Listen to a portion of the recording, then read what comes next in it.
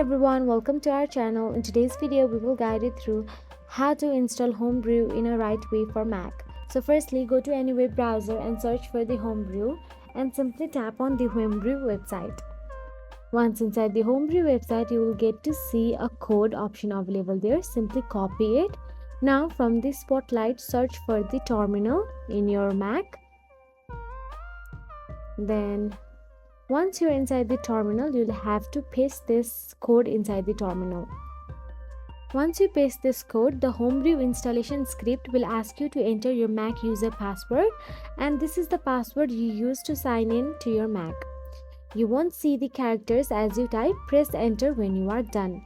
You will see a list of files and folders that Homebrew will install. If you have not already installed Xcode command line tools, you will see a message that the Xcode command line tools will be installed. Press return to continue when prompted by the Homebrew installation script. It takes 1 to 2 minutes to download and install the command line tools. You will see diagnostic and progress messages.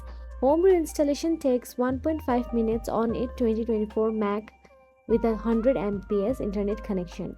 It's significantly slower on Mac Intel over a slow internet connection as well.